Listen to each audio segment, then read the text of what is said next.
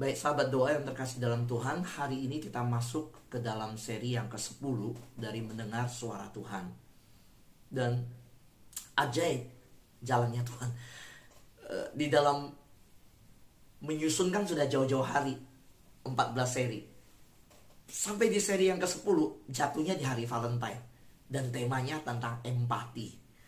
Nah ini ya Tuhan sudah memimpin semuanya. Mari kita bersama-sama melihat bagian firman Tuhan yang sudah disiapkan. Apa itu empati? Adalah penangkal kesepian. Ya, empati adalah penangkal kesepian. Sahabat doa yang terkasih di dalam Tuhan. Firman Tuhan berkata di dalam 2 Timotius pasal 4 ayat 16-17 demikian. Pada waktu pembelaanku yang pertama, tidak seorang pun yang membantu aku. Semuanya meninggalkan aku. Kiranya hal itu jangan ditanggungkan atas mereka.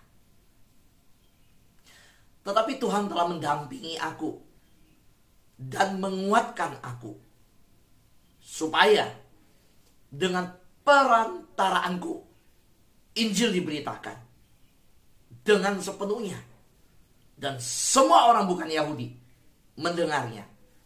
Dengan demikian aku, dikatakan, aku lepas dari mulut singa. Paulus menuliskan surat ini dalam kesendirian di akhir hidupnya, dalam keadaan yang menjelang ajal kematiannya.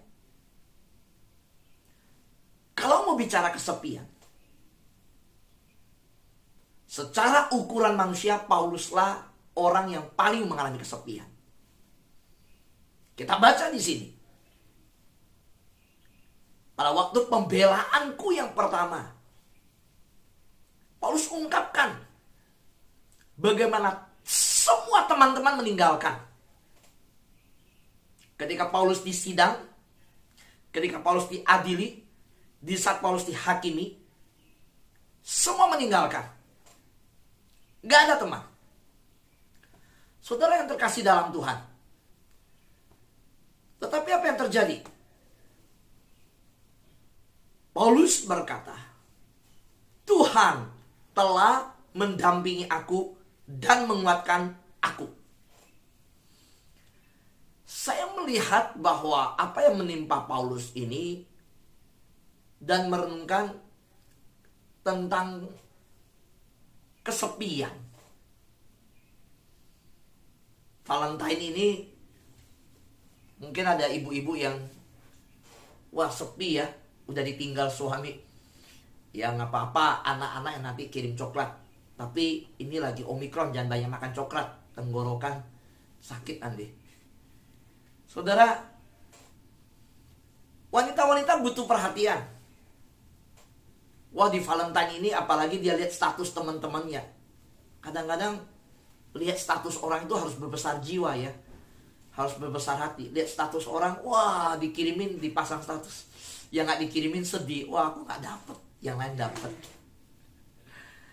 Saudara, kesepian itu apakah terjadi atas kita? Saya mau tanya nih ya di sahabat doa, yang di Zoom, yang di YouTube. Coba ketikkan, nanti host bisa terima kok jawabannya. Apakah saudara kesepian di hidup ini? Waduh Pak Fu, kalau ini sih gak berani jawab ketik. Sekali ketik namanya muncul, ketahuan nama Pak Fu deh. Namanya saya yang kesepian. Kesepian gak saudara dalam hidup ini? Sepi Pak, umur udah segini, umur 90, temen gak ada semua. So orang-orang tua ya, makin panjang umurnya, kadang-kadang sedih juga loh. Karena temen semuanya udah meninggal semua, berteman sama generasi di bawah. Ya generasi bawah juga belum tentu mau berteman. Jadi hidup itu di panjang umur itu harus bisa menikmati loh. Demikian juga ada yang merasa sepi ketika anak-anak udah besar. Saya dengar ada orang punya 4 anak. Pak, 4 anak kurang juga ya. Anak saya udah besar semua. Kalau rumahnya besar, dari hook ke hook, anak udah pergi semua 4-empatnya, tinggal di luar. Baru kerasa sepi sekali. Nah, saudara ngalamin kesepian gak dalam hidup ini? Sebenarnya pada akhirnya, dalam hidup kita, yang namanya kalau kita definisikan kesepian, itu adalah dengan hadirnya orang-orang di sekitar kita, teman ngobrol atau pasangan. Semalam saya melayani di rumah duka. Saya lihat tante itu sedih banget. Umurnya 83. Suaminya 84, dipanggil Tuhan.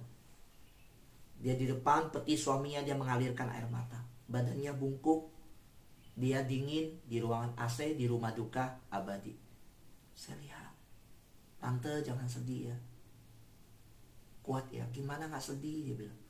Padahal suaminya udah sakit 11 tahun dia rawat. Dan di rumah duka itu saya melihat dia merasakan kehilangan yang dalam. Saya tidak tahu apa yang jadi pergumulannya yang lebih dalam. Mungkin ada persoalan apa. Tapi dia menangis. Saudara, pada akhirnya setiap orang mengalami kesepian.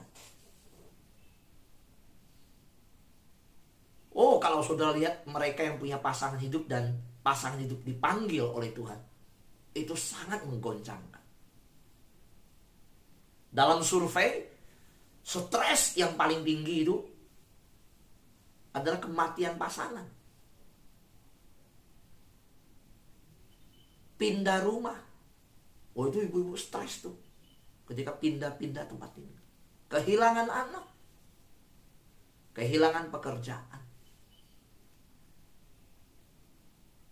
Hari ini kita harus berani menghadapi yang namanya kesepian. Karena pada akhirnya yang kita genggam erat-erat akan terlepas. Tidak ada dalam hidup ini sesuatu yang bisa kita pegang erat. Semakin kita pegang erat, semakin sakit ketika terlepas. Suami kita gak selamanya sama kita. Kalau yang lain heboh soal layangan putus, soal diambil Gundurwo, nenek lampir, sundal bolong. Tapi satu fakta saya mau sampaikan bahwa kalaupun hal-hal seperti itu keluarga kita bisa jaga sebaiknya, tetap ada garis pertandingan terakhir. Seperti yang Paulus hadapi. Akhir dari kehidupan. Kita akan ditinggal. Anak-anak kita akan besar, kita nggak bisa pegang semua anak kita di rumah kita. Kalau kita mau mereka mandiri dan keluarga sehat, mereka menikah, mereka akan tinggal di luar sama pasangannya. Kita nggak bisa ikat kaki mereka di rumah. Kita nggak bisa campur tangan dalam intervensi rumah tangga anak kita. Itu seringkali memunculkan masalah. Kadang nasihat kita yang sebagai mama pernah membesarkan dia, waktu dia sudah berumah tangga, belum tentu menantu kita terima nasihat kita. Kita merasa dianggap sepi oleh keluarga baru anak kita. Tapi ingat, anak kita laki, dia menantu, dia juga punya mama yang nasihatin dia. Kadang sebagai mertua kita nggak didengar nasihat kita. Kita merasa kesepian. Nah, ini yang saya sebut bahwa semua kita pasti ada mengalami saat-saat yang seperti itu. Hidup ini banyak fakta yang harus dihadapi. Saudara, saya dikirimin sahabat doa bagaimana artis yang terkenal Miss Universe bunuh diri. Yang di Amerika kemarin beberapa waktu lalu. Tergoncang dunia mendengar berita itu. Kurang apa? Nama terkenal, kaya raya, seluruh dunia levelnya. Tapi bunuh diri. Kenapa? Kesepian tidak mengenal siapa kita. Sahabat doa yang saya kasih dalam Tuhan. Kita ambil contoh. Banyak orang menikah karena kesepian. Makanya banyak yang bercerai beberapa tahun kemudian karena alasan kesepian. Nah jadi kalau alasan dia menikah karena biar gak kesepian menikah. Nah kan harusnya udah menikah gak kesepian. Buktinya bercerai beberapa tahun kemudian. Alasannya sama, kesepian. Pasangan saya gak ngajak ngobrol. Pasangan saya gak memahami diri saya. Pasangan saya ternyata berbeda dari yang saya kira waktu sebelum menikah. Alasannya masuk pernikahan karena kesepian, supaya gak sepi. Setelah masuk pernikahan dia pengen cerai. Alasannya karena kesepian juga. Nah, pernikahan tidak melindungi dari kesepian. Nah ini saya ambil contoh pernikahannya karena kita baru membahas layangan putus. Dan hari ini Valentine. Nah ini peringatan buat yang belum menikah nih. Anak-anak kita khususnya, kita kan yang mbak senior. Nanya dia, alasan menikahnya apa? Kemarin di layangan putus kan dibahas alasan-alasan seseorang menikah. Kalau alasannya menikah karena kesepian, ingetin, lu jangan pikir udah menikah gak ngalamin kesepian. Pernikahan tidak melindungi dari kesepian. Termasuk kecantikan, kekayaan, ketenaran, kesuksesan. Tidak mencegah kesepian terjadi atas hidup. Karena itu hari ini saya mau menyampaikan, membagikan apa yang saya dapat di hadirat Tuhan tentang empati. Empati itu penangkal kesepian. Berempati dengan orang. Nah lihat saudara, empati itu nggak memperhatikan yang di sini. Empati itu justru melayani kebutuhan yang di sana. Justru orang begitu nggak kesepian. Yuk saya ambil contoh Paulus. Kita sudah membaca bagaimana Paulus berkata, kalau kita lihat dari suratnya dia ada dalam kondisi yang dihakimi, diadili, terpenjara. Harusnya Pauluslah orang yang paling mengalami kesepian. Bahkan bukan begitu. Ketika dia dihakimi butuh penghiburan, orang tinggalkan dia. Bayangkan. Tapi maka Paulus orang kesepian? Enggak saudara. Dia melayani orang. Dia bukan mengadakan pesta kesepian. Paulus bukan merayakan kesepiannya lalu minta dikasihani. Saudara kalau mau jadi orang yang paling tersendiri, sepi di dunia, itu Paulus loh saudara.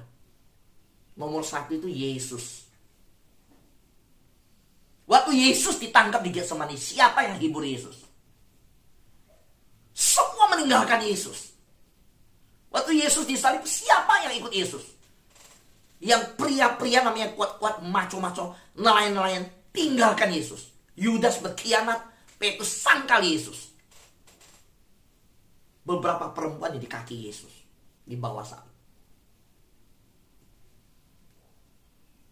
Sudah jadi, kalau bicara alasan kesepian, kita menemukan, justru saya mau berkata, Pauluslah orang yang harusnya kesepian. Saudara, pelayanan sebagai hamba Tuhan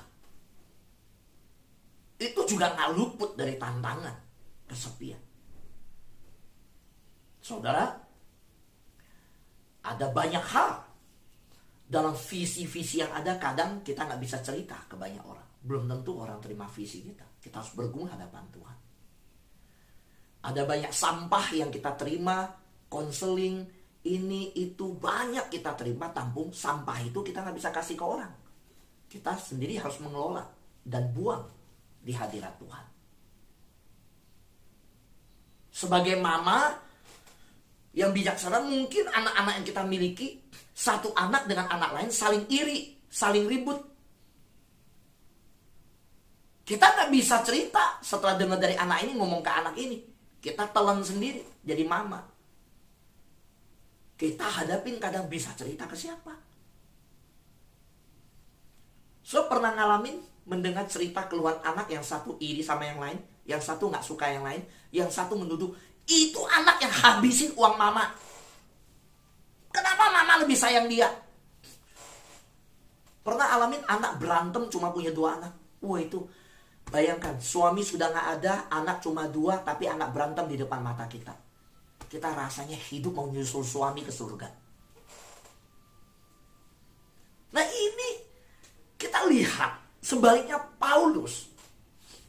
Justru kalau kita baca ayat tadi, saya kembalikan lihat ayatnya dengan cepat ya saudara. Kita lihat dia berkata apa? Pada waktu pembelaanku yang pertama, tidak seorang pun yang membantu. Semua meninggalkan. Yang mulai Paulus masuk, ajarkan apa? Tetapi Tuhan telah mendampingi aku, menguatkan. Jangan pernah berharap sama anak, berharap pada siapapun, berharap sama menantu atau apapun. Hidup kita harus berdiri teguh, hanya berharap sama Tuhan. Kita besarkan anak, gak besarkan hati dia, gak pegang hati dia. Kita besarkan dia, kadang hidupnya hanya untuk kita persembahkan kepada Tuhan saja. Amin saudara. Paulus gak berharap sama jemaat, karena terbukti ditinggalkan kok. Ada yang malu mengakui Paulus ketika di penjara, ada yang tidak berani besuk ke penjara. Tapi Paulus bilang, Tuhan telah mendampingi aku dan menguatkan aku. Dengan modal Tuhan inilah, dengan tahu keilahian, bagaimana siapa yang dilayani Tuhan di atas semuanya, Paulus menyadari. Dan dia mulai mengarahkan fokus. Apa yaitu apa? Beritakan Injil sepenuhnya. Layani semua orang. Punya rasa empati untuk kebutuhan orang. Semua orang butuh Injil. Dia gak fokus kepada kesepiannya di penjara, penderitanya. Enggak. Tetapi ingat, Paulus punya hubungan yang dalam dengan Tuhan. Dia terkoneksi dengan Tuhan. Dia tahu Tuhan mendampingi, Tuhan menguatkan. Nah dari situ punya akar rohani yang dalam. Dia dengar, dia tahu apa itu pimpinan Tuhan. Dia layani orang. Ini orang dewasa rohani. Jadi kalau mau dapat orang yang berempati, hidup kita bisa berempati ke orang, melayani orang lain, kita harus punya akar rohani yang dalam. Kalau sudah layani orang, ditolak oleh orang, kalau kita tahu Tuhan mendampingi kita, menguatkan kita nggak akan kecewa. Enggak.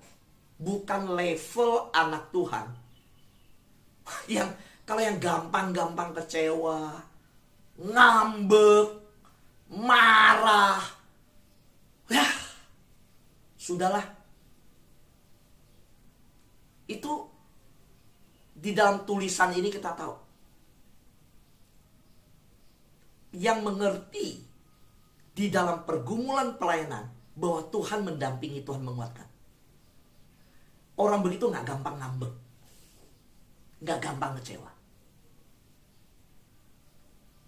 Jadi saudara jangan lihat seorang pelayan Tuhan pasti sempurna. Enggak. Pendeta pun juga manusia, majelis pun juga manusia, suamimu juga manusia. Pasti gak ada pernikahan yang mulus banget. Enggak. Gak ada rumah tangga yang gak ada problemnya. Tapi kalau kita sebagai istri, kita tahu Tuhan mendampingi, menguatkan kita. Sebagai penolong bagi suami kita. Suami kita mengerti Tuhan telah mendampingi dan menguatkan kita untuk mengasihi istri kita. Kita tahu, terlepas dari kelemahan istri kita, Tuhan tolong kita untuk mengasihi dia sepenuh hati. Amin. Ya. Nah, mari kita lihat bagaimana Paulus kok bisa bilang, aku terpanggil melayani. Saya melihat tujuan hidup Rasul Paulus adalah agar orang lain tahu tentang Yesus. Bahkan menjelang akhir hidup, mata Paulus tetap terfokus kepada kebutuhan rohani orang-orang di sekitarnya. Ada orang Kristen hanya hidup mencari kebutuhan dilayani. Tapi kalau orang Kristen dewasa, orang Kristen rohani, dia bukan hanya seumur hidup butuh dilayani, tetapi dia siap untuk melayani. Tapi kalau yang level seperti itu, kelas rohani yang seperti itu orang yang tujuan hidupnya jelas selama mengikut Tuhan di dunia. Nggak bicara hal materi, jasmani. Dagingnya udah disalibkan. Tujuan hidupnya itu benar-benar terarah kepada kekekalan. Kalau cuma selama hidup di dunia mainannya adalah hal yang hanya tujuan sementara, arah hidupnya yang hanya akan lenyap, tidak menaruh titik akhir, yaitu hidup bersama Tuhan dalam kekekalan sebagai tujuan, ya tidak bisa melayani orang lain. Justru yang dirasakan, saya sepi, saya butuh dilayani, gak bisa terpanggil keluar. Nah, kalau Paulus berbeda, bahkan di dalam penjara, di dalam tulisan yang dia berkata, semua orang meninggalkan aku. Di dalam sidang yang pertama, bagaimana orang-orang meninggalkan, dia langsung berkata apa? Tuhan menguatkan dan dia tetap terpanggil melayani orang-orang. Kenapa? Karena Paulus tahu bahwa kebutuhan orang-orang sekitarnya secara rohani itu tidak bisa dipungkiri. Semua orang butuh Tuhan. Dia mau layani orang yang butuh Tuhan. Itu Paulus. Nah, Paulus fokus kepada kebutuhan orang lain. Karena tahu semua orang perlu mendengar tentang kasih Tuhan. Itu membuat Paulus tidak lagi kesepian. Bahkan ketika Paulus sendirian. Saya katakan, kalau mau alasan kesepian, Paulus paling punya alasan kesepian. Dia di penjara. Udah itu ditinggalkan orang-orang yang dia pernah layani. Teman-teman semua meninggalkan. Tapi lihat, Paulus fokus kepada kebutuhan orang lain. Dia tahu semua orang perlu mendengar tentang kasih Tuhan. Nah, hari ini, Valentine. Oh, Valentine. Kita jadi yang nunggu menerima atau mau memberi. Kalau ada anak ya yang berkata, saya nggak dikirimin sama temen, nggak dapat coklat. Coba tanya anak kita, tahun lalu Valentine kamu kirimin coklat ke orang nggak? Kalau tahun lalu dia kirim-kirim, tahun ini pasti dia dapat kiriman. Jelas kok, menabur menuai, tabur tuai. Nah, memperhatikan nggak? Menyatakan nggak ke orang lain kasih? Nah, Paulus tidak kesepian. Kenapa? Karena dia memperhatikan kebutuhan orang. Dia nggak ingat lagi kesepian diri. Jadi saudara, ketika saudara kesepian, jangan hanya fokus pada diri sendiri. Yang hidup sendirian hari ini, bahkan dengan umur yang sudah ada, semua anak udah keluar rumah. Kesepian nggak? Nggak kesepian. Bangun hidup yang berakar dalam. Dengar suara Tuhan. Tertanam di hadirat firman Tuhan. Dengan kekuatan itu, bikin list doa, tulis yang saya katakan, bikin tulis. Doakan nama anakmu, cucumu, menantumu, sebut nama mereka setiap hari.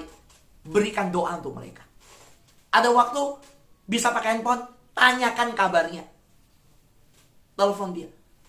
Seperti Paulus, saudara, anak kita butuh kasih, percaya. Menantu kita butuh kasih, cucu kita butuh kasih. Semua orang butuh diperhatikan. Nah, kalau kita menanti diperhatikan, kita bukan mulai untuk memberikan perhatian, kesepian kita akan makin dalam. Saat kita kesepian, so percaya, jangan hanya fokus pada diri sendiri. Alihkan fokus keluar. Bangun jembatan untuk orang lain. Saudara akan menemukan ada banyak orang kesepian yang juga sedang mencari koneksi, mencari perhatian, mencari kasih, mencari kebutuhan untuk dijawab. Nah, orang-orang itu kalau kita layani, saudara justru akan melihat ketika kita mulai sibuk memperhatikan kebutuhan mereka yang sepi, kesepian kita ternyata diangkat oleh Tuhan. Ini hukum rohani. Gak ada hukum di dunia yang mengajar begitu. Karena hanya ada di Alkitab. Paulus bukti satu-satunya yang kita bahas hari ini. Ketika dia berbicara, dia tinggal semua orang, ternyata dia gak sepi. Dia justru fokus melayani orang yang membutuhkan kasih Tuhan. Saudara, keluarga kita butuh kasih Tuhan. Jangan-jangan ada banyak anggota keluarga kita yang kesepian. Kita sibuk melayani orang yang lain, jauh dalam bermisi. Anak kita kesepian di rumah. Kita jauh melayani dalam kesibukan kita. Bahkan di Omikron ini gereja masih buka, kita sibuk melayani. Kita kehilangan anak kita di rumah. So tahu, jangan-jangan anakmu kalau kita ajak bicara dia bilang dia sepi. Jangan-jangan yang tinggal serumah kita ada kesepian. Sudah berempati terhadap kebutuhan orang lain. Nah, ini nih jembatannya. Salah satu cara membangun jembatan koneksi. Menempatkan diri kita, kalau dalam bahasa Inggris ada sebuah pepatah, menaruh kaki kita di sepatu orang lain. Coba menaruh diri kita di posisi orang lain. Coba mengenali kebutuhan orang lain. Minta sama Tuhan doa untuk terhubung dengan orang lain supaya bisa melayani orang lain. Hari Minggu kemarin saya layani perjamuan kudus. Selesai perjamuan kudus, masih di mobil di parkiran. Saudara, saya dapat telepon. Pak Fu, ada yang meninggal. Hamba Tuhan di gereja terkena COVID. Ada banyak pelayan Tuhan terkena COVID. Pak Fu sehat kan? Saya sehat. Bisa layani nggak malam ini? Bisa. Saya nggak berani jawab nggak bisa. Saya memang ada waktu. Tapi saya tahu keluarga saya kumpul semalam.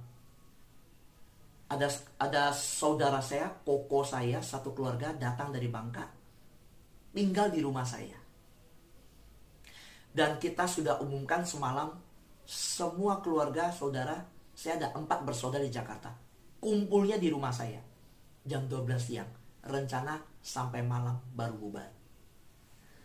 Setelah saya dapat telepon itu, saya pulang ke rumah, saya sampaikan ke semua, sore ini jam 5 saya harus pelayanan untuk kedukaan.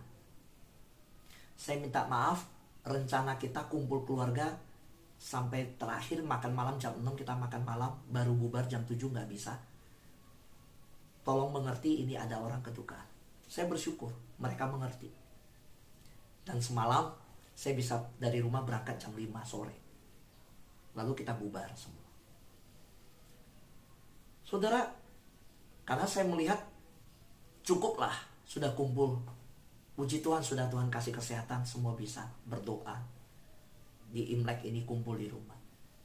Sedangkan di luar sana ada yang sedih, kedukaan. So coba taruh posisi kita di orang lain ketika dalam pelayanan. Jangan nuntut. Jangan selalu minta.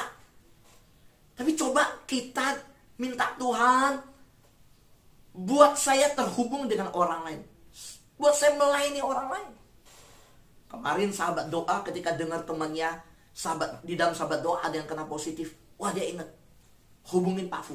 Pak Fu, yuk kita bicara bertiga di WhatsApp. Ini ada teman yang kena COVID.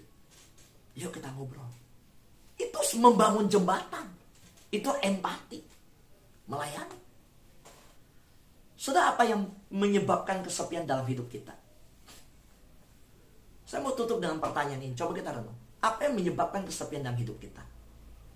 Kadang-kadang kesepian itu bisa terjadi, saya lihat ya. Karena transisi ya. Transisi itu transisi pekerjaan, transisi kondisi yang ada. Mungkinkah perempuan itu, maaf kata, mengalami masa menopause. Mungkin ada banyak transisi. Apakah perpisahan, apakah penolakan, apakah pertentangan yang ekstrim. Di kantor kita mengalami kondisi anak buah yang gak nurut. Bisa, saudara, semua keadaan itu bisa menyebabkan perasaan kesepian. Dan yang begitu menghancurkan hati kita. Masa transisi, perpisahan, penolakan, pertentangan ekstrim. Orang menantang kita, orang gak setuju kita. Bisa karena banyak hal, bisa banyak hal, saudara. Nah itu bisa, itu penyebab. Banyak hal yang bisa menyebabkan itu. Kita merasa sendirian. Kok aduh ampun, di kantor ini kok saya diperlakukan begini sih gitu. Nggak ada temen yang dukung gitu. Bisa. Nah yuk, Ketika kita mengalami masa transisi, masa ditentang, masa-masa kita dihakimi, masa kita diadili, masa penolakan, masa pertentangan, saya minta sama kita ingat, jangan biarkan masa-masa sulit menghalangi kita untuk tetap melayani orang lain, memberitakan kasih Tuhan, untuk menjangkau orang lain. Pelayanan kita jangan berhenti. Saudara, lihatlah melampaui masalah kita sendiri. Doa di hadapan Tuhan. Tuhan akan kasih hikmat. Kita ketemu cara-cara kreatif untuk melayani orang lain. Saudara, ingat, empati adalah penangkal kesepian. Jangan bikin pesta kesepian. Jangan minta dikasihani. Jangan hidup dalam sebuah kesepian yang kita merasa adalah orang yang paling sepi di dunia. Sudah, seperti Paulus, fokus aja mulai. Lihat jiwa-jiwa yang di luar. Lihat, bangun jembatan dengan orang lain. Lihat kebutuhan orang, layanin orang. Saudara, bagaimana saudara bisa mengurangi kesepian kita, baik di masa lalu maupun saat ini. Yuk berfokus pada orang lain, daripada hanya berfokus pada diri sendiri. Saya ajak kita bersama-sama pagi ini, luangkan waktu beberapa menit, kita minta bantuan Tuhan, supaya Tuhan menghubungkan kita, terkoneksi dengan orang lain. Mungkin kita serumah dengan anak kita, tapi hati kita jauh. Kenapa kita berteriak dengan anak kita suara kencang? Karena badan kita dekat, hati kita jauh. Kenapa suami istri saling membentak dengan suara, kamu keras saya makin kencang, kamu kencang saya makin kencang? Kenapa mertua menantu suara kencang padahal satu rumah? Kenapa nenek, kakek dengan cucu suara kencang saling membentak? Bahkan seorang cucu berani suara kencang sama kakeknya. Karena satu rumah tapi hatinya jaraknya jauh. Yuk, luangkan beberapa menit hari ini. Kita diam di hadapan Tuhan. Minta Tuhan tunjukkan seseorang yang kesepian di sekitar kita. Siapa itu? Lalu kita berkomitmen untuk menjangkau orang itu. Mulai hari Senin ini, saya berharap sampai Senin depan, kita sudah ada satu orang yang kita layani. Ini proyek ketaatan. Saudara, jalankan, gak usah lapor ke saya. Tapi saudara doa, Tuhan, siapa ya di dalam lingkungan saya yang terdekat yang kesepian? Tunjukkan orang itu Tuhan. Tolong saya terhubung dengan dia. Saya mau melayani dia. Amin. Tuhan berkati kita.